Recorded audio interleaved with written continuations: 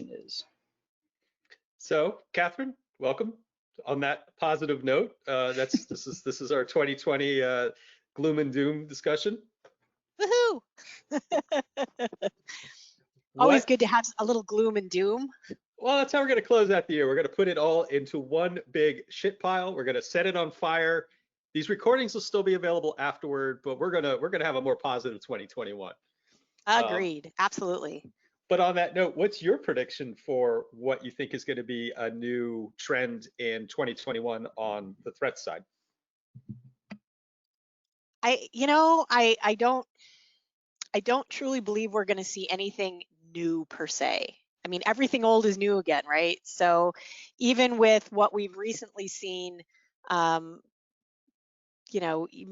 recently with FireEye and SolarWinds,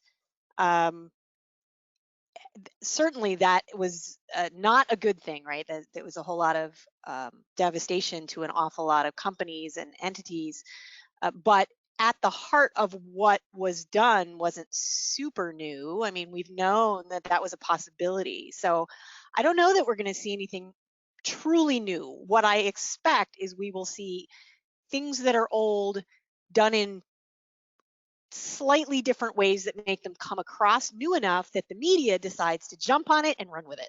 That's my prediction, because that's kind of what we've seen, right? When people talk about all of this stuff, and they say to me, oh, you've been in security for how long? And I don't know how you stay on top of it all. I'm like, because the change is not radical.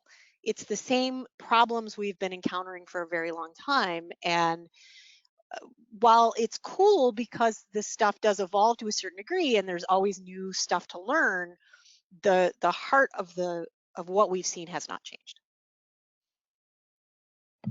Yeah, that sophistication is not as sophisticated as it is portrayed. No, but I am grateful that at least when they used the word sophistication with the SolarWinds thing, and they used APT, they were actually not just talking about a business email compromise. So, yay for using the right words, because I've certainly awesome. seen plenty of that. Yeah. It's easy to attribute that. No, I was just going to say it's easy to attribute that and kind of play off your negligence or your breach. If you call it APT, if it was sophisticated, you're not really liable, so it's no big deal, right? Like that kind of play off blame game. I get from a liability standpoint and a business standpoint, like as a businessman, like, yeah, I would love to have someone to blame that on, but we really have to kind of start to get away from that as the professional industry that we are. We'll leave that to the cyber insurance companies and let them, play off their liability however they want. But yeah, and I think one thing we will start to see, and we're already seeing, right, are those insurance companies going, no, I'm not going to pay for this anymore. No, we're going to change the contract. So when you get hit with this thing we already know about, you're out of luck. So. Yeah, cyber insurance is going to be a dangerous game to play. And again, we're going to end up with more lawyers because they're going to have to read through all of that fine print, and we'll be doing some circular investing, we'll call it. Agreed. I like how we brought in the third rail of cyber insurance here, because that's its own separate problem. Anyone got solution on that one? Ooh.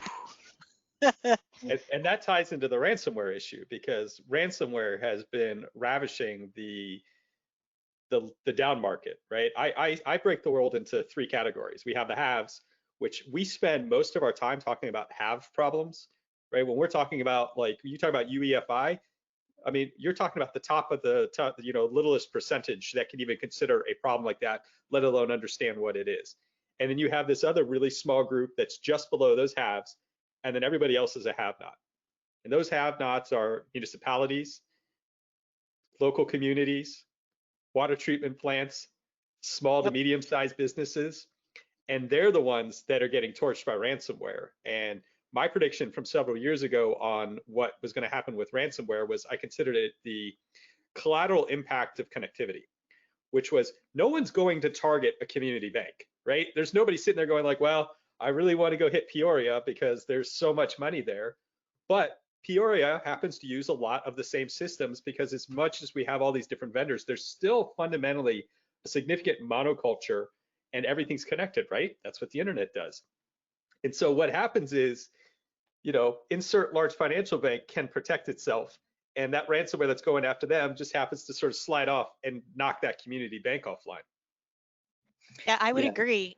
I would absolutely agree. And I think too, I mean, so I'm in higher ed, and that's another space that has been hit pretty hard. And what we see with some of this stuff, it's really common that the attacker puts something out right through email, and once it's downloaded and they get to the next stage, what they're doing at that next stage is looking around and saying, hey, where did I land? Is this an interesting place? Should I keep going?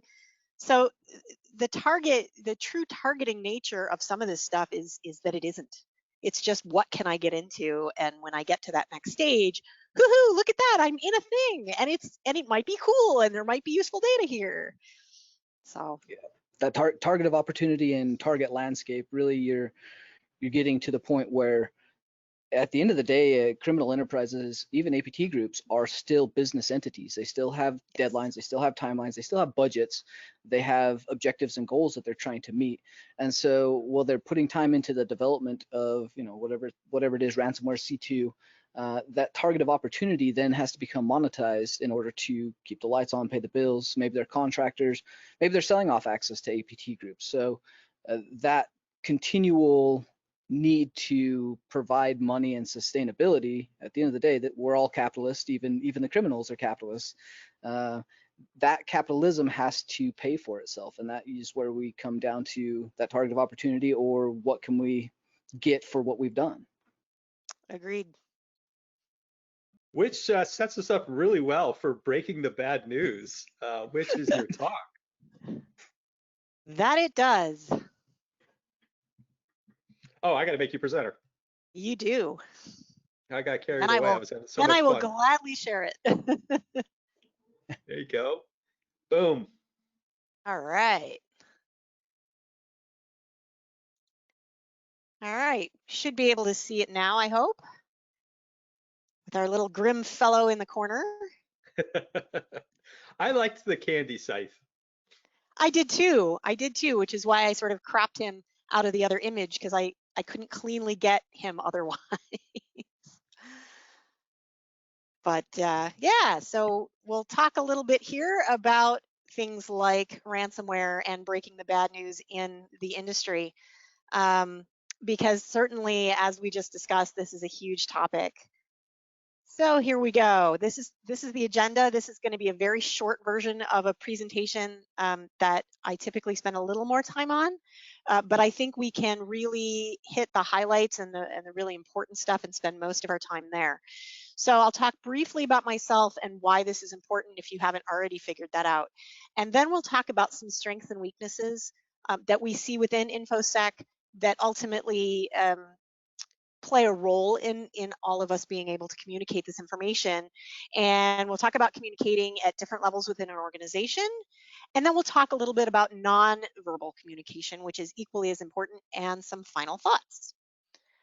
So this is me. Well, not really. This is my sloth Minnie that I used to, was an adopted sloth at the zoo locally. She unfortunately passed away a few years ago, but I love sloths. This is really more about me. I've been with the University at Buffalo for more than 20 years. I'm on staff with some things. I do a bunch of volunteering and talks, and I have some degrees and some certifications and other assorted stuff. So what's the motivation behind this? Well, if you weren't just hearing us talk a moment ago, ransomware and other forms of attacks are pretty common.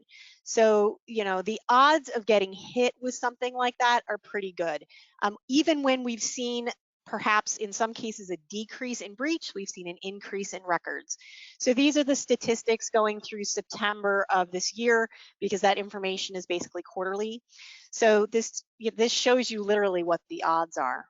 And if that really isn't enough, realize that last year alone, and of course we're just coming to the end of this year, so I can't wait to see what these numbers show us, but last year we lost roughly 1 billion records, and a huge chunk of them, they may have been not PII, right? They're not sensitive data, but you could wind up with additional exposure. So this really is something that you're likely to run into. And the reason why that this talk came about is that I recognized we seem to spend a lot of time talking about ideally how to prevent bad things from happening. And we talk about how to clean up after bad things do happen, but we don't talk about communicating while those bad things are going on. So that's really the focus here today. And if you haven't seen this quote, I'd be very surprised. This idea that there's, only a couple of types of company, the ones that have been compromised in some way, and the ones that are going to be again, right? If you don't know that you've been compromised, you probably haven't looked hard enough. So sorry for the bad news. But now let's talk about our strengths and weaknesses. Really, this problem that we run into, and by this problem, I mean sort of the larger problem of compromise and the possibility of needing to do IR, is not a technology problem. It really isn't. A lot of this is a people problem. And so if you think it is, maybe you should take a step back and realize that all the technology in the world can be incredibly helpful and it has a role, but people play a huge role as well. And that's the kind of the point of this particular quote. So what are we really good at in security and in IT in general? Well, we're great at fixing things. There's a problem, we get hyper-focused and we want to solve the problem, right? So that's what we do. And we are spectacular at that. That's what we are known for.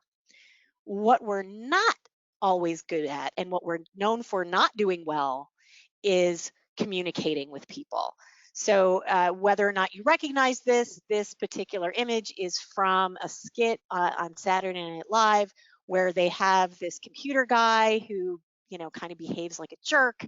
And this is the attitude he gives, right? It's the computer that's stupid, not you, right? And we do this, and we don't necessarily do it with bad intention. We're not trying to be jerks. In most cases, but the reality is that we are, in some cases, not so nice. And it's very easy to get caught up in focusing on fixing the thing and not the bigger picture with the people. We don't have patience. Patience is tough. And I've been there, and I've been in situations where you just want to scream and tear your hair out, right? Because the person you're talking to, the people, they just don't get it, or they're not listening, or they don't understand. But realize that that goes both ways. When you get frustrated and you lose your patience, you're not patient with them either. And we'll talk about why that matters. Why does it matter? Well, there can be a loss of trust. And that's really important. If your goal ultimately, once you're done dealing with this incident, or even during the incident, is for folks to trust you to do the right kinds of things, you need to make sure that you're communicating with them in a way that continues that level of trust. You're going to have difficulty communicating with them in the future. You could have additional conflicts. There certainly could be negative impact on the reputation of the company. People go out and they talk about things they probably shouldn't. You have a decrease in morale, and everybody's stress level goes up. So we're going to use an example here of ransomware because it's so prevalent. But realistically, everything I'm talking about today, first of all, it doesn't matter exactly what role you are. So if you are, the IT person and you do everything from security to, replacing keyboards, or you are one of, a small security team or a large security team, this should apply to you when you run into some situation that you're doing some form of incident response. So the example I'm using here is ransomware. So let's imagine that you've had ransomware, but it could be SolarWinds. It could be any one of these things that, now you have to deal with. And none of them are fun, right? None of us want to go in and deal with this kind of thing. So now what do we do? Well, we can step back and go, wow, big explosion, and walk away. Not usually helpful. We can panic and completely freak out. Also not terribly helpful. So instead, we're going to have to communicate something about what is going on. And again, depending on your role, you're going to communicate with different people at different levels. So that's what we're going to spend most of our time talking about. So we need to do what's called framing the conversation. And the whole idea behind framing the conversation is focusing on what's important to your audience. So these are the three levels we're going to focus on: your end user, your mid-management, and your executive. And you want to think in advance about what are the kinds of things they might ask and what is important to them. You also want to think about how you're going to get this message to them, the channel, right? So Is the message going to be sent through an internal website? Are you going to do a presentation to somebody? Is this an email, or is it in person? There's always, of course, lawyer-approved pigeon carriers, but consider your channel, because if you have an entity that is potentially inside your organization, like in the case of the SolarWinds, maybe internal email or communications of that nature is not your best option. So first, we'll talk about the end user. Usually they're focused on what impact it's going to have on their day-to-day job, right? You want to make sure that they know what happened and why, but only what they really need to know. If it's something where it's, somebody's clicked on something and you have the opportunity to teach them something about what happened and encourage a change in behavior, by all means use that. Ultimately, we'll see all of these different groups, whether it's end user, mid-management, or your executive. You need to use effective and efficient communication. So what do I mean by that? Well, what I mean is, number one, be concise. Less is more, absolutely. You don't need to tell them a huge story. You need to tell them something simple. But don't use things like blaming management to tell your story, and leave out stuff that's going to be irrelevant to them. That's why it's important to focus on what is important to them. And be patient. Even if you have to go in the closet afterwards, scream, tear your hair out, it's important. Make sure that whatever you are saying, however you're communicating, that it's at a level where these folks can understand and relate to it. Because again, there are ramifications if you don't. This is how we don't want to communicate with end users, right? We don't want to scream at them. We don't want to freak them out. We don't want to give them, additional fear. That's not ideal.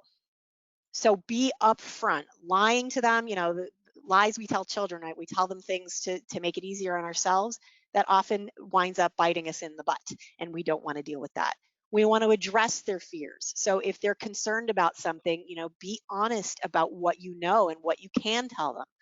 And perception really is reality in all cases, but especially for your end user.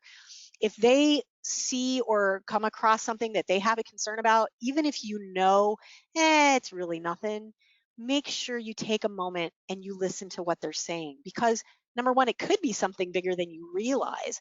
And number two, they will really appreciate that you took that time to really listen to them. All right, our mid-level managers, right? Mid-management is a really tough place to be. Everybody who's in mid-management typically wants to go up, right? They want to be executives, and the people who are below them want to be in mid-management. That's a tough, tough place to be. They're focused on, their impact to whatever business process they're involved with. So it's going to depend on their department. And again, you want to speak to them at a level that they understand. We're going to use effective and efficient communication. We're not going to use technical terms with folks who aren't in IT. And even with those who are in IT, be careful what terms you're using, because they may or may not understand them. There are groups of people in IT who might understand security terminology that other folks in IT don't. So just be aware of that. We don't want to be chickens with our heads cut off, right? We don't want to walk in there and be like, oh no, it's the end of the world, the sky is falling. We need to come to them with a plan, which we'll talk about in a second.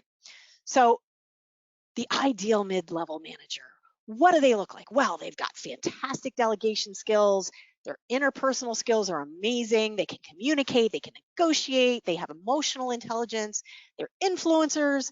And where are these amazing people? Well, I've given this talk a few times, and I've actually had people come back to me and say, oh, I have an amazing manager. And that is fantastic, because, we should have more of them, but they are somewhat rare, kind of like pink fluffy unicorns dancing on rainbows. So we're going to communicate with regular middle management by being supportive. Again, they're in that weird mid space, right? So you're going to come with an action plan, even if you're only presenting maybe a portion of it because of your particular job responsibilities. That action plan should include communications that go up and down. So you're going to have to, in some way, either working with them directly or yourself, communicate above them and below them, and be empathetic. Put yourself in their shoes. It is a tough, tough place to be. And whatever you do, make them look good. It can only help you in the end. So the plan we're talking about, this is what it really should include. What happened? All of your stakeholders, you should have a sense of all of these different stakeholders. So, you know, are there just internal stakeholders? Probably not. They're probably external as well in some capacity. What are the potential recovery timeframes? What are our options?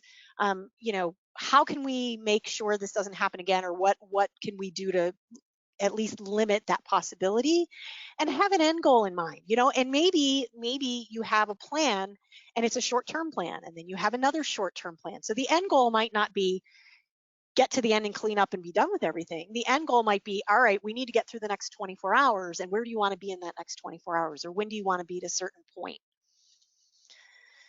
Be accountable. Management really needs to take responsibility for their users, which doesn't mean that we play the blame game. It just means if you are dealing with folks who've made mistakes or have done something that have caused problems, you need to take responsibility for that. So these are some things that you should be thinking about in advance, that you want to talk about with these mid-level managers, and you want to have decisions made well before this sort of thing happens, like how to handle, you know, potential ransom payments. So don't be asking the question when that happens.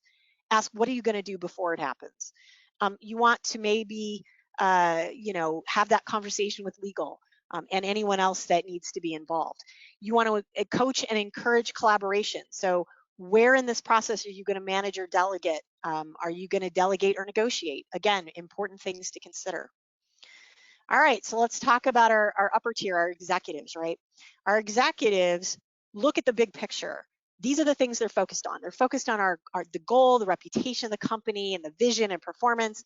You need to think 30 seconds in an elevator. So you walk into the elevator, that's all you have time to tell whatever you're going to tell them. So that means you have to do your homework. You need to understand who these people are, because remember, we're framing the questions, we're framing this, whatever we're telling them, on them. You want to enter and exit gracefully. Don't be upset. Don't, as best you can, you don't want to be agitated. You're going to discuss things strategically with them. And remember, they're people too, even if maybe they don't seem like it because they're so far removed from you. They really are. Most of them have, you know, a home they go home to, family, you know, maybe grandkids. It's not an easy place to be either. So usually this is kind of what they're going to want to know. They're going to want to know what happened and when it happened, but in a non-technical sense. Again, think big picture. Best case, worst case, most likely scenario, and the consequences and underlying cause. Not, you know, Mr. Smith clicked this email and blah, blah, blah, long story. They want to know a compromise occurred, which wound up essentially making data unavailable, right? You don't need to get into the nitty gritty. When you are speaking to executives, do not use Geeks Speak. And we've already kind of covered this with the other levels too, right? You don't want to speak to them in a way that they don't relate to. And Geeks Speak, for the most part, is going to be a no-no. So which executives? Well, make sure that all of these people at least have an idea of what's going on. So the leaders of your finance, your operations, your marketing, your technology folks. There may be others, but at a minimum, make sure that these folks are aware of what's going on. Okay, so we have given a message, and as you've seen, that message is not going to be the exact same message for all these three groups, right? But the question is, was the message received, or did it sort of fluff off, and how do we know? Well, this is kind of where nonverbal communications can come into play. If you're able to give this information to them in person, pay close attention to body language, which includes these things. So face, your posture, gestures, handshakes, breathing, all kinds of things that have nothing to do with the words coming out of your mouth. How you interpret those nonverbal cues is critical. So think about when you see somebody with raised eyebrows, right? We can interpret that with discomfort, or maybe it's surprise, or maybe it's doubt. So any one of these cues, looking at somebody excessively, crossing your arms and legs, right? Is it cold in here, or are they resistant to ideas? You can't necessarily tell. Same thing with exaggerated nodding. So what you have to do is synthesize them. Any single particular cue might throw you off. So read the person, read the situation, look at all of these things. This is just one example, right? If you have raised eyebrows with someone where their eyes are moving all over the place, their hard grip is on whatever it is, they're probably uncomfortable. But you could see something else. Again, you need to sort of look at that bigger picture. All right, and I'm flying through this. Our number one job, I have always believed in security, is to educate. We want to educate. We want people to understand why they should care about what we have to say. We don't want to adjudicate. Learn what folks know and trade back your knowledge with them. For a while, I worked with a group that were actually rocket scientists, and they were brilliant, brilliant people, some of whom were really bad with PCs. That's just not what their focus was on, but they were rocket scientists. And so I would teach them what they needed to know about their PCs and the computing and the networking that they had to do in order for them to facilitate being really good at being rocket scientists, right? Which meant using that computer as a tool. So I think it's really important to think about what you can teach others and what they can teach you. Ultimately, we want you to be the change you wish to see in the world, right? If you don't like what you see in terms of how IT and security are talking to people, then be somebody who doesn't talk that way. And that's certainly something I came up through IT doing support and system administration. That was my background before I started to do security directly. And I have found that absolutely those skills, empathy, and the things, any of the things that I've learned in any customer service role that I've had have been invaluable for me in security, in part because I'm often doing some translating of IT things to non-IT people, or even to IT people who don't necessarily grasp some of the ins and outs of all of this. And now we should have plenty of time for questions. I went a little faster through that than I was ultimately anticipating.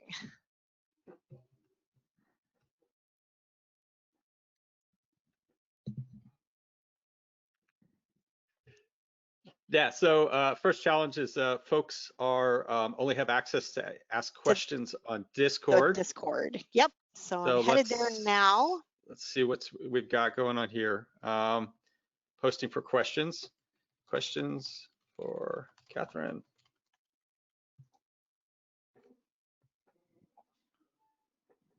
So I really, there was a slide where you talked about the responsibility of management. Mm-hmm. And as a former Army officer, the thing that immediately went to my head is like, that's what leadership is, right? Like taking accountability for your organization, the people that work there. Because I think all too often we get into this blame the user culture. And yep. To me, I simplistically look at that as we're faulting them for using a computer the way it was designed. Yep, agreed. And yet we continue to do it. And we hear these anecdotal stories of employees fired for failing phishing tests 3 times. And I see CISOs grab onto phishing training metrics example of progress. And they're like, we went from 27% people clicked to 22% people clicked. And I'm like, it's above 0. I mean, going back to the Bluetooth talk, and any access in is in. Yes. And it's backwards from the way that I think people should think about those kinds of tests too, right? So I take a very strong stance on the subject of phishing. When I have a department that comes to me and says, look, we want to do this, because we offer it, but we don't necessarily do it campus-wide, I will explain to them the purpose of this is to get them better communicating about what they're seeing. The purpose isn't to catch people. Like, that's not the goal. And I think that's really important. So even the language you use, right? So you were just talking about, we went from, 25% to 22% or whatever of people who clicked. Why are we not talking about the people who didn't click? And why aren't we focusing on the message? If we want to change the behavior to a positive behavior, why are we focusing on the negative message? Additionally, like the people that do click, and even if they are multiple clickers, those people are some of your best assets for continual training and training the people around them, not only at home, but in the work environment. Like, hey, you should double check that email. I got caught doing this. Like, that's going to be a much better trainer from peers. Additionally, from a breach standpoint, a CISO that's went through a breach or a team that's went through a breach is one of your best assets. That's training and that's hands-on experience that no one else can get or give. So those people are going to be much more effective and efficient, have a much more broad understanding of how to handle a breach properly, and the communication that's going to be necessary from lessons learned. So you definitely don't want to fire them. You want to encourage that. Yep, absolutely. Because if you can get somebody to call out, hey, this is weird looking, and then everybody else around them hears, hey, this is weird looking, hey, you should check, hey, don't click on the thing, hey, this thing just came. That is way more valuable than, well, so-and-so clicked the thing and now, we should punish them in some capacity. It should never, ever be about punishment. It should be about behavior change and moving in that direction. And again, negative behavior change is only going to happen if you continue to give a negative message, right? Like that, the two are intimately related. Yeah, and that communication and really understanding, like us as security practitioners and InfoSec or even technical folks, we really have to understand and change our mindset of talking down to people or bringing it down to their level. That's 100% not the case. We're not business people. Our ability to speak at the level of business speak is limited to a certain capacity. So we're actually not speaking down to someone, and we have to change our mindset and say that we are taking it to their language and really understand that we're not above anybody, and that connotation of how we speak down to CISOs or executives really has to change. Otherwise, we'll never adapt. We'll never get better at speaking the business language. They'll never adapt and understand the technical language that we're bringing to them until we're both treating each other as equal and understanding and trying to make that empathy jump and make that understanding and communication jump. Yeah, exactly. And, and maybe we need to understand a little bit more about that, the business language, right? I mean, that's something that I've had to do over time is be able to speak in that way in order to facilitate that communication. And what I think of in some ways is translation. And that's really what I spend a lot of time doing is in the awareness role that I play in my job. It really is just about saying, here's what you should understand, and here's a way for you to understand it in language that makes sense to you. It doesn't need to have all the bells and whistles and technical stuff. It needs to have the verbiage that you can relate to and you can understand. And that applies across the board, not only from communication, but really understanding the business and the business functions and needs. At the end of the day, their business has to make money, and allowing them to make business risk decisions by appropriately bringing them the information in the language they can understand is how you properly do your job. That's your job as an analyst. That's your job as a security practitioner, is to bring it to their language so they can make an informed decision for their business. And that's something that you have to learn to apply from not only a vertical standpoint. You have to be able to talk in that industry or in that particular sect and at that level, but you have to understand their business. Otherwise, you're not going to be able to provide them the information in a means that is going to be worthwhile. Exactly. I mean, I can give a formal example of that. I've had a couple of tickets recently where entities wanted to share data outside of the university, which is fine. Like, we do this all the time. But it was the type of data where we have to be very careful on how we set this up. So instead of either calling them up and saying no, which is what some people will simply do, or calling them up and saying, well, you have to do it this way, the first thing I did was call them up and say, what's the goal? What are you trying to accomplish? Tell me about the process that's involved here. I want to understand what you're trying to do. And then let's work together to figure out how we can most safely accomplish that. And at the end of the day, that's what we're doing. We are educating. It's called being a good human being, right? Learning that empathy, learning to understand and communicate. At the end of the day, if we can all just be a little bit more compassionate, a little more empathetic, and really start to adapt ourselves and be the best us, that brings a whole 100% to the table, where you can have multiple 100% brought. You're going to have a much better outcome long term in any business. Absolutely. I would agree. We do have some questions. First one up. What training or courses do you point cybersecurity people to help them with communication and dealing with management? That's a really good question. I can tell you that there are a couple of people that I would look at, but I don't know that I have particular course stuff yet. I can tell you that I'm working on something myself, that once it is formally out there, I will formally announce, but I will give the hint that something is coming. But this is a tough area. There's certainly stuff out there for communication, like within businesses, and I think it's applicable, but I think it does take a little more hoop jumping maybe to see the applicability. So unfortunately, I don't have like specific things I can point people to at this time, but there's something coming. There's a ton of books out there. Really, any of the books on understanding business leadership. I mean, look at some of Jocko's books on the dichotomy of leadership. Any of his stuff is fantastic, of really understanding how teams and dynamics work, how to take responsibility. Those all apply to the InfoSec, and being able to bring that kind of forward thinking and forward leadership to the table when you're talking with a business or an executive. I think that's a great starting point. Yeah, I'd agree. Okay, what do people need to tabletop first to help non-technical folks learn about what to improve? I think with a tabletop, it's having those non-technical people at the table. Like that's what we often don't do, right? We involve our technical people maybe in our leadership, but we don't involve those folks.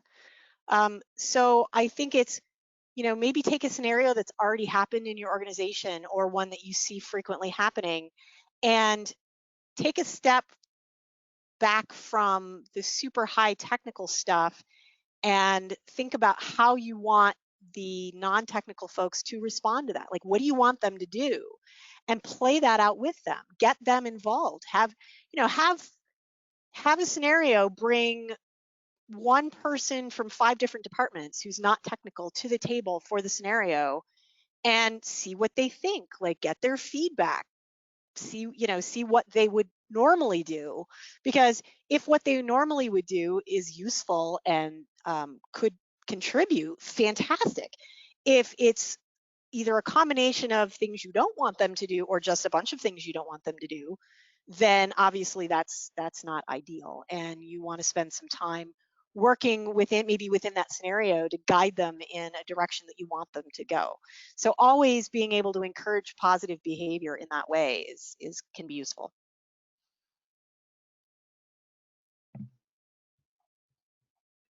I was impressed you had an answer on that one so fast. Because I looked at that, I was like, oh man, I feel like I'm setting her up, because that's a tough question. It is a tough question, but I think it's an area that we're just starting to do in security ourselves, right? We're just starting to really get serious about tabletops. The backdoors and breaches, the stuff that Black Hills has come out with. Bryson, you've done these choose your own adventure scenarios, right? So all of those kinds of things are relatively recent, even though tabletopping in a general sense has been around a really long time. I've been in the fire service for a zillion years, what it seems like, and they literally have tabletops with little cars and things where you can do a scenario like you have a chlorine spill and the wind is blowing this way, and what do you do, right? So that concept has been there a really long time, but we're kind of just getting used to that, and because of that, we're only, I think, thinking about it in our security bubble at that top level, and because it's so new. But that really is kind of the next step is, legal should be involved. You should have a couple of end users involved. You really should ultimately have somebody from all these different levels play the game with you, because in real life they will. So if you get a better handle on what they're doing, everybody's better off, and people like doing stuff like this. I mean, my experience is it's a game for them, even if it really is mimicking like something bad that's happened in the org already. Like, it gives them a chance to kind of think about it not under that pressure, and eventually it's going to happen again. Yeah, it also gives them a chance to kind of shine and show areas of creativity that they may not even be related to their job function. I mean, really getting people involved, getting the conversation open, and then bringing people and processes into the whole thing. Yes, there's a technology aspect. Yes, there's the mitigations and reaction, but the processes and the people involved and being able to provide some of that benefit of walking through that, that's when you start to see huge organizational changes that can shift cultures and actually make a big difference. Agreed. That's why I liked the Bruce Schneier quote up front about the role in technology, or the over-reliance or confidence that we have in it, and as a result shows how little we actually understand it. The major criticism that I've come up with for this industry is we have a lot of nerds coming up with nerd solutions to nerd problems. Yep, exactly. And that's just the technical component, which is a fraction of the problem, the surface area, and these things. And we see this manifest in so many different ways. In the offensive side of the house, I think we are all too fond of being very clever. I think this is where I've been giving my talk for a couple of years now on how that's conflated with ego, starting to drive it versus still fitting with what the organizational requirements are.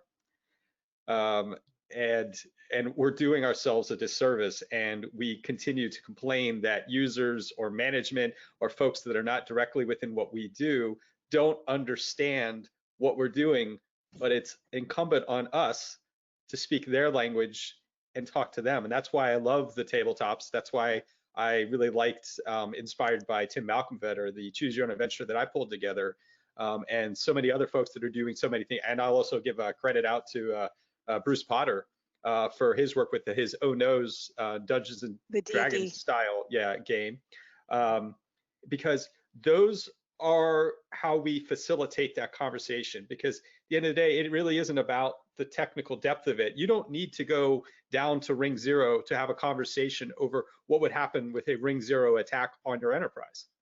Right. I don't even have to know what ring zero is to be able to have that conversation and having a meaningful contribution and buy-in to what your organization is doing to protect me. Yep, and there's so much in the news right now too, right? Like people, there was a time when a lot of what we did was totally hidden. Nobody knew about any of this stuff because, you know, the whole computing thing was like under the table somehow. And now it's mainstream media. I mean, for good or for ill, right? It's out there. So people have heard the words and they've heard the way the media uses them, but they don't necessarily use the, you know, they don't understand the lingo necessarily, right? They understand the media's interpretation of it. So I think that plays a role too. And that really is our job, is to take what is technical and provide it in a means that is actually valuable to the business. And I think we need to be the buffer between the media and a lot of our executives, because that is, you know, that is where they're having to get their source. And why are they having to get that source? We should be, as technology professionals, providing that kind of buffer and translation for them so that they can make a better informed decision that's not coming from a mass media or, you know, misinformation, disinformation, whatever you're going to call it, that's happening. Agreed. Absolutely.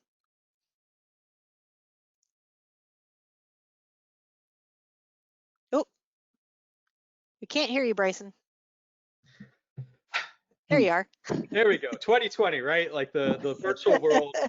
You got two different mute buttons. Your microphone doesn't know which is talking to what. And yes, can you hear me now? Yes, thank you. Yes. So, Catherine, so great to see you again, and thank you so much for this insight. Likewise. I thought it was a really important addition to the speaker track because I think we do not pay enough attention to the human side of these problems.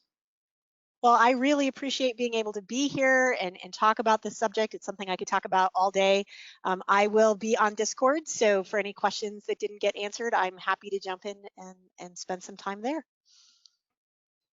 Nice. Happy GRIMMCon. Thank you. Thanks.